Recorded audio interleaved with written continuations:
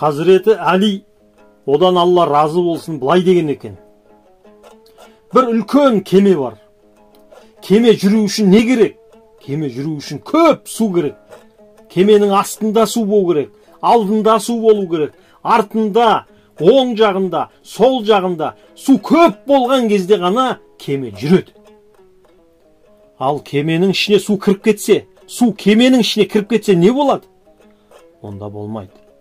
Онда кеме шөгіп кетеді. Онда кеме суға батып кетеді. Дүние де сол сияқты, бауырлар.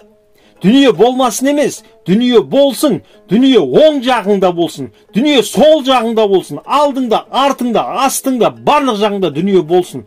Дүние қолыңда болсын, дүниені шаш, дүниені кез, дүниені қыдыр, дүниені арала, дүниені тарат. Бірақ дүние жүрегіңе кіріп кетпесін. Дүние жүрегіңе кіріп кетсе, онда сені де, отбасыңды да құртады. Баяғыда кішкентай бала кезімізде Өзбекстанда медреседе оқып жүрген кезде ұстазымыз намаздан кейін жылап отырып дұға жасайтын. Я Алла, біздің жүрегімізге дүниеге деген махаббаттың толып қалуынан өзің сақтай көр деп, кешке дейін. Сонда біз түсінбейтінбіз, баламыз. Неге бұл кісі сонша дүниеден қашады? Неге бұл кісі сонша дүниеден қорқады?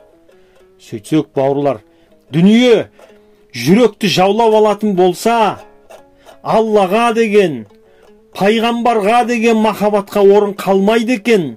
Ата-анаға деген махаббатқа орын қалмайды екен.